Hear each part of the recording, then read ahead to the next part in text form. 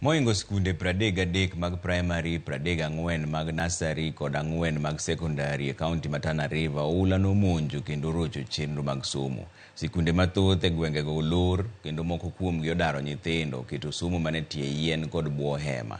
Gisani riwruok mar Kenya Red Cross dhi nyime gi chiwo kony ne kwan mathoth mar jodak moyudo midhiero no mar oula mapek e gwenge ma Tana Delta e kaunti ma Tana River.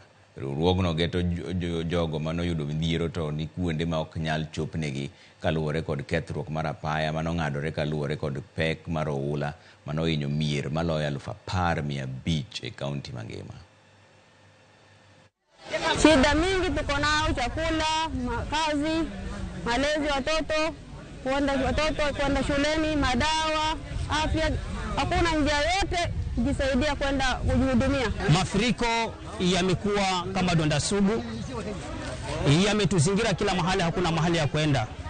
Hospitali ni ngao hakufikiki. Kulikuwa kuna dispensary Galili hakufikiki. Tuko na waathiriwa kutoka katika vijiji vinne. Tuko na waathiriwa kutoka Baliangeti, Galili, Komesa na Kikomo. Takriban tuko na waathiriwa zaidi ya 600 katika hizi vijiji vinne. Hapa maeneo ya ngao tunawasaidia na vifaa vya kupikia, vyombo vya kupikia. Tuko na around 33 primary schools ambazo zimekuwa affected na floods, around 34 ECD centers na 4 secondary schools. Some of these schools zimekuwa relocated na tunajaribu kuwasaidia kama shule kama Imani Primary tumewapatia water tank kwa support. Lakini needs zao bado ni mingi.